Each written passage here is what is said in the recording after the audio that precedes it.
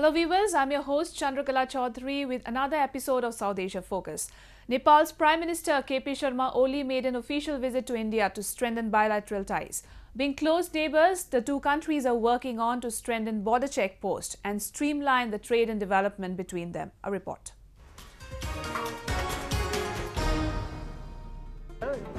On his arrival in New Delhi, Nepal's Prime Minister KP Sharma Oli received a warm welcome by the Indian Home Minister Rajnath Singh.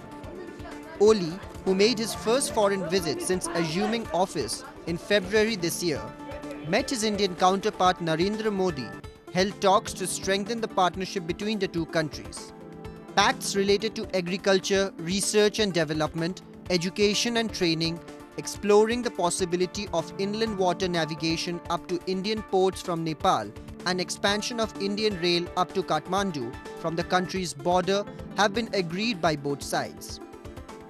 The Nepal Prime Minister also took up various issues including the early execution of India-funded projects in Nepal, implementation of the Mahakali Treaty and the construction of integrated checkposts. र यता अहिले भर्खर यो business कम्युनिटीसँगको भेटघाटमा पनि भने हामी सम्बन्धलाई सुदृढ गर्न चाहन्छौँ, पारस्परिक लाभका निम्ति काम गर्न चाहन्छौँ र मुख्य रूपमा नेपालमा लगानीहरू कसरी भित्र्याउने, उत्पादन कसरी बढाउने, रोजगारीका अवसरहरू कसरी सृजना गर्ने, ती हाम्रा उद्देश्य हुन्। हाम्रो प्रस्पेरिटीको लक्ष्यलाई बढाउने, त्यसका निम्ति भारतसँग हामी सहकार्य गर्छौं, भारतको बिजनेस कम्युनिटीसँग पनि सहकार्य गर्छौं, उद्देश्य त्यही हो। India and Nepal are close partners and enjoy similar culture and religion. To give us more insights into the visit of Nepalese Prime Minister to India, we are now joined by Coach Raj Koirala, a senior journalist and a political analyst from Kathmandu. Well, Mr. Koirala, what is the significance of Nepal PM's visit to India? I think it has a big significance to both the countries, and Nepal during the premiership of KP Oli Sharma during his previous stint as Prime Minister didn't have that good relationship with India, and there are also some kind of apprehension among Indian policymakers and other thinkers that the new government may not be protecting India's legitimate interest in Nepal. So put that in context, this visit holds really big significance, and in my view, the visit of Prime Minister Oli is aimed to allay those kind of concerns that India may have, and also to assure India that Nepal is committed to protect India's legitimate interest in Nepal. And during his briefing to the Parliament on Tuesday, the Prime Minister Oli said that Nepal will not allow its territory to be used against any of its neighbor. So since we have more than 1880 kilometer long open border, there are cases of infiltration of some inimical elements that harm the interest of both the countries, some terrorist element as well. Do you think the visit can prove to be a counter to the increasing Beijing influence in Nepal? I think yes, and this is the first foreign visit of Prime Minister KP Sharma Oli after assuming his office last month, and there is a tradition of each new Prime Minister in Nepal to make his first foreign trip to India. So in that sense, it appears that although KP Oli is said to be closer to China, the Prime Minister Oli has, through this visit, has given a message that it's not inclined to, it is not tilted to any of his neighbor. Rather, it wants to maintain good relationship with both the neighbors, and the fact that he's visiting India as his first foreign visit is that reflects that his desire to maintain balanced relation. I had heard that even China had extended invitation to Prime Minister Oli. So Oli did not want to defy that tradition that exists in Nepal like especially in case of new Prime Minister making first foreign visit to India. So he's going to India, and probably he'll be visiting China as well in coming months. Well, thank you, Mr. Koirala. Moving on, people in Pakistan-occupied Kashmir continue to protest against the Pakistan Army and the government forcing the latter to stop cross-border firing. The Jammu Kashmir Liberation Front and other political parties jointly held a protest rally. However, the police baton charged and opened fire at the protesters. A report.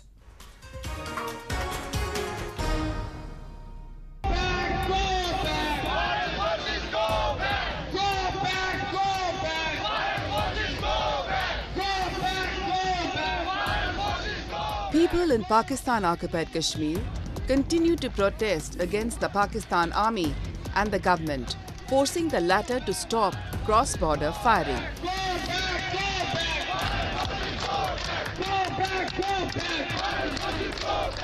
The Jammu Kashmir Liberation Front, JKLF, and other political parties jointly held a protest rally from Tetri Mor to Madarpur.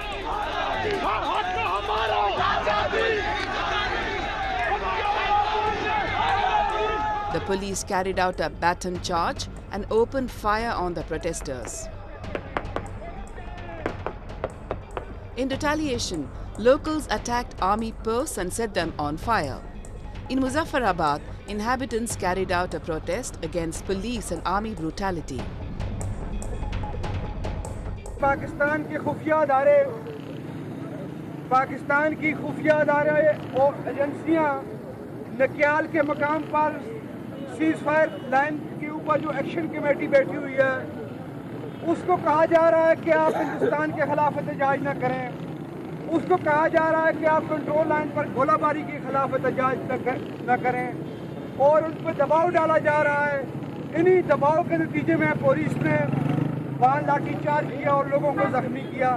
बदकिस्मती ये है और जुल्म और सितम की इंतहा ये है कि जब मदारपुर और इस सेक्टर के अंदर टेटरी मोर सेक्टर के अंदर महलों के अंदर शहरियों को इंसानी ढाल के तौर पर इस्तेमाल किया जाता है और वहाँ पर गनें नस्ब की जाती हैं, उन गनों से फायर किया जाता है उस पार और उस पार से जवाबी फायर आता है महलों के अंदर। तो मैं ये पूछना चाहता हूँ कि जो 70 साल से ये लोग कह रहे हैं कि हम आपके दफा के लिए यहाँ बैठे हुए हैं, तो दफा जाके इंसानी आबादी के अंदर बैठने की क्या तुक बनती है, वहाँ पे बैठने की क्या तुक बनती है? क्या आप जानबूझ के चाहते हैं कि लोग मरें, कंट्रोल लाइन पे मरें और आपको प्रोपेगेंडे का मौका मिले? ये इंतहाई बदकिस्मती है और हम इस जुल्म और जबर की पुरजोर मजम्मत करते हैं। हम ये समझते हैं कि पूरे आज़ाद कश्मीर के नेशनलिस्ट, पूरे आज़ाद कश्मीर की कौम का खुद है एक पेज पे है, वो पाकिस्तान के और आज़ाद कश्मीर हुकूमत के इस जुल्म सितम के खिलाफ सरापा एहतजाज है। The protesters blamed the federal government and Prime Minister of POK, Raja Farooq Haider, for ceasefire violations and deliberately provoking India for cross-firing.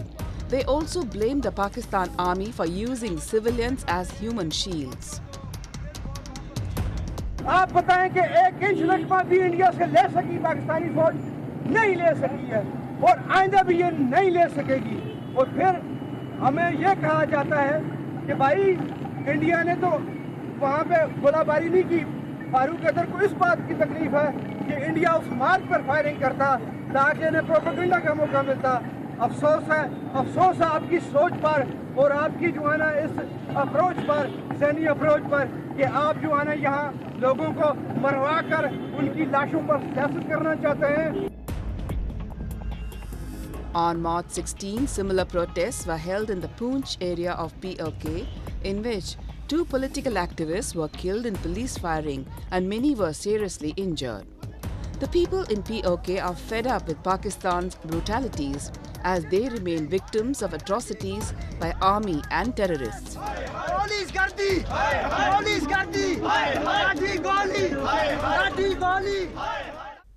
People in the region have been facing problems for the past 70 years. To know more about the prevailing situation, my colleague Ravi Khandelwal spoke to Sardar Shaukat Ali Kashmiri, the chairman of United Kashmir People's National Party.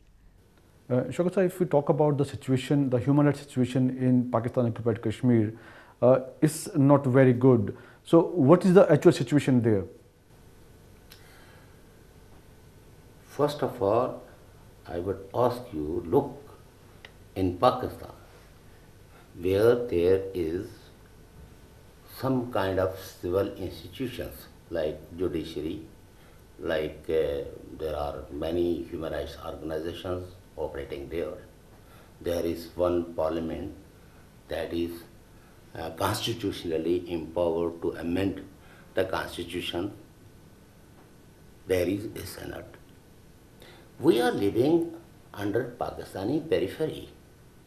So our constitution, which was imposed by Pakistan, that is called the Interim Constitution 1974. It is only an act, and it was imposed by the Law Ministry of Pakistan. So the Legislative Assembly of Azad Kashmir has no power to amend or to add anything which is betterment of the Azad Kashmir people. Pakistan always raised the issue of Kashmir on international platforms, but they hardly mention anything about Pakistan-occupied Kashmir and Gilgit-Baltistan. So do you believe that there is some kind of conspiracy that Pakistan plays? No, Pakistan actually occupied whole state of Jammu Kashmir. Through powers, through different tools, through different means, they want that Kashmir should be part of Pakistan. So Pakistan is not stupid to say something regarding Gilgit-Baltistan or that area which is under the illegal occupation of Pakistan. Pakistan never ever say anything regarding the Baloch situation or Sindh situation or Pashtun, where Pakistan used heavy weapons, air force, and the tank against the common people. And there is no single voice to ask Pakistan for the protection of those areas where Pakistani Air Force and Pakistan Army launch operations by the name of the terrorists. Now we move to Afghanistan, where the security forces attacked the insurgent-held northern region of Kunduz, killing more than 18 Taliban commanders.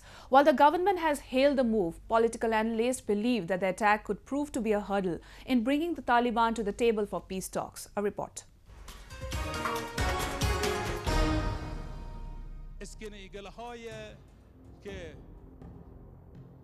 An Afghan forces airstrike on a suspected Taliban gathering in the northern province of Kunduz caused dozens of casualties, including many civilians. The government later said the operation came in line with its commitment to eradicate all forms of extremism from its territory. The US-backed security forces have ramped up their operations in the hinterlands under Taliban control.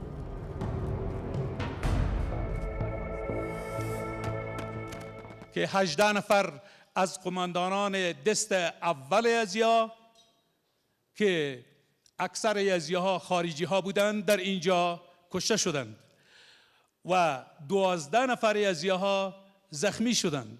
اینها همه قماندانانی بودند که در منطقه به حیث کسایی که شورای شمال شرق افغانستان را تشکیل میدادند و همیشه دولت جمهوری اسلامی افغانستان را در ولایتی که ما قبلا نامش گرفتیم مورد تهدید و چالش‌های قرار میدادند. While the government has been hailing the airstrikes as a shot in the arm in its fight against the resurgent Taliban, international media questioned the attack that also caused civilian casualties. The Taliban said in a statement that the attack was targeted at an Islamic school where a ceremony was held. Most victims, according to them, were young children who were attending a ceremony called Dastar Bandi in a local madrasa which celebrates young men completing the memorization of the Quran. However, the Afghan Defense Ministry rejected the allegations and said Taliban militants shot at the helicopters of the Afghan Air Forces first and then at the civilians post the airstrike. که ما در اونجا توسط راکت تیارات MD 530 بالای رهبری ازیا عملیات را اجرا کردیم. ولی چطور اینا با مرمی‌های پیاده زخمی شدند. The United Nations assistance missions in Afghanistan said in a statement that investigation was underway into the attack. According to analysts, the attack will no doubt have a negative impact on the proposed peace talks between the Afghan government and the Taliban. They say pressure tactics to compel the Taliban to initiate dialogue have not succeeded in the past and will not succeed in future as well. What makes this moment? While the world was calling the peace offer to the Taliban as a major breakthrough in bringing an end to the years of war, the surge in the ground and air offensive against the insurgents is certainly going to have fallouts for Afghanistan. Moving on to Sri Lanka, where the Prime Minister Ranil Wickeremesinghe survived a no-confidence motion in the parliament as the opposition failed to gather enough support on the floor of the House. A report.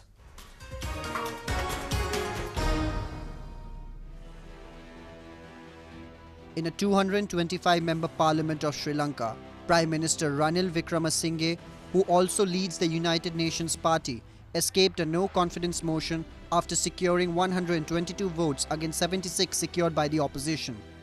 The opposition had tried capitalizing a weak coalition after the reports of the rift among its members surfaced.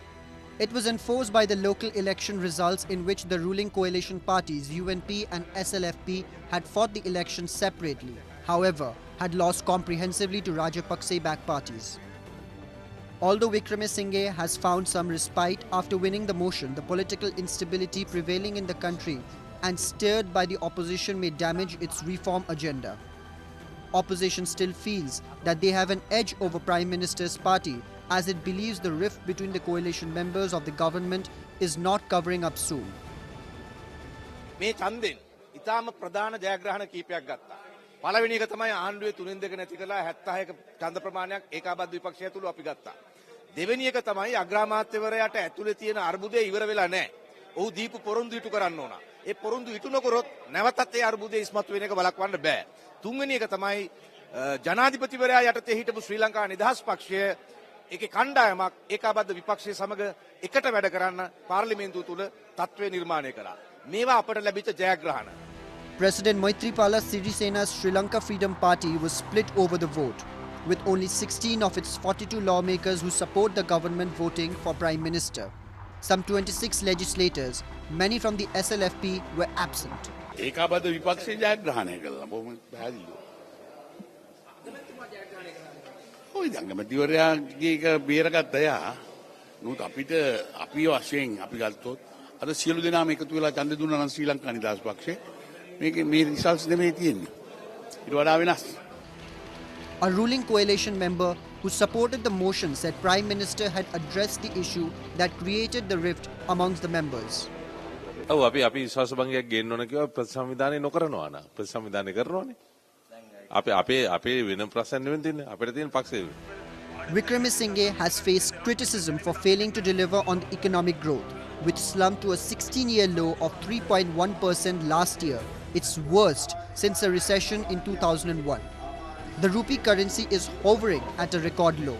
The government is also under pressure as it tries to manage China's expanding infrastructure push in Sri Lanka, located near the key shipping lanes in the Indian Ocean. The opposition also accused the government for failing to maintain the law and order situation that led to anti-Muslim riots and subsequent imposition of a state of emergency in the country. Moving on, Bangladesh is gearing up for general elections in December this year. The previous general elections, which took place in 2014, were boycotted by the main opposition party, the Bangladesh Nationalist Party, led by three-time former Prime Minister Khaleda Zia. However, there are growing concerns over Islamic forces gaining ground in the country to make a win in the elections. Take a look.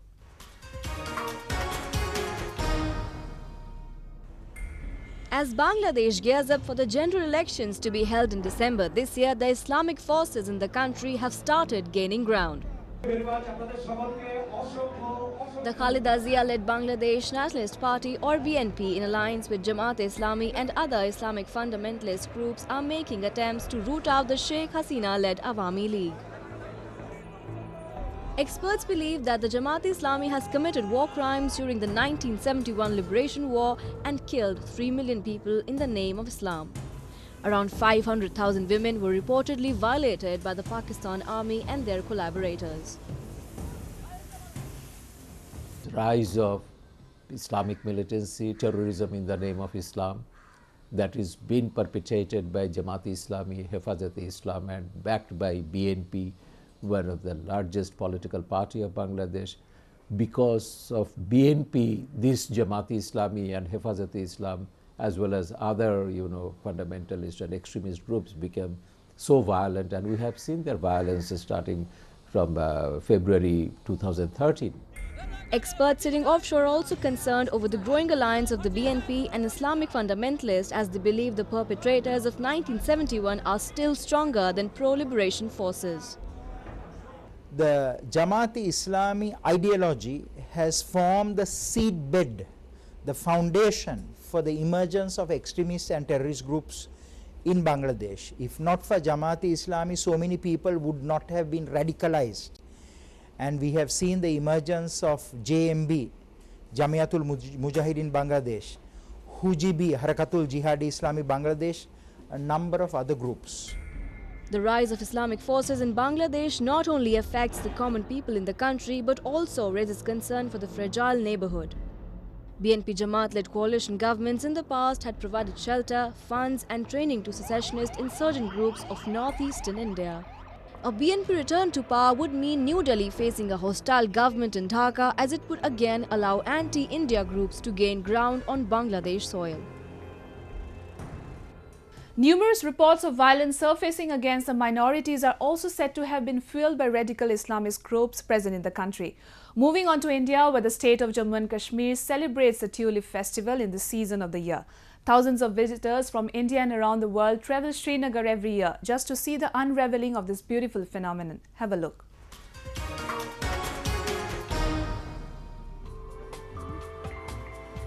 Thousands of visitors are thronging the Indira Gandhi Memorial Tulip Garden in Srinagar after it was thrown open to the public, marking the beginning of the new tourism season in the valley. Located in the foothills of the Jabarwan Hill in the summer capital of Srinagar and overlooking the famous Dal Lake, it is Asia's largest tulip garden, having about 12.5 lakh tulips of 50 varieties. Tulip Festival has now become an annual celebration that aims to showcase the range of flowers in the garden as a part of tourism efforts by the government of Jammu and Kashmir. It is organized during the onset of the spring season in Kashmir Valley. After witnessing a huge surge in the tourist inflow, the authorities decided to extend the festival length by a week. अभी देख करके लग रहा है कि exactly जो colours है बहुत ही सुंदर है और ये एक ऐसी चीज़ है हम लोगों ने बहुत जगह घूमा है इंडिया में बहुत घूमा है इंडिया के बाहर बहुत घूमा है बट ऐसा कहीं देखने को नहीं मिला हम दुबई भी गया अंडमान निकोबार भी गया और भी जगह गया मगर श्रीनगर जैसा जगह और फूल वैरायटीज़ जो हैं वो बहुत अच्छी हैं मैं ये समझता हूँ कि जो लोग अभी तक नहीं आए हैं उन्होंने मिस किया है The garden is built on a sloping ground in a terraced fashion consisting of 7 terraces. Apart from tulips, many other species of flowers have also been added this year. By April, tulips are usually in full bloom in and around Srinagar, lending an ethereal atmosphere to the valley. The average lifespan of the tulip flower is 3 to 4 weeks.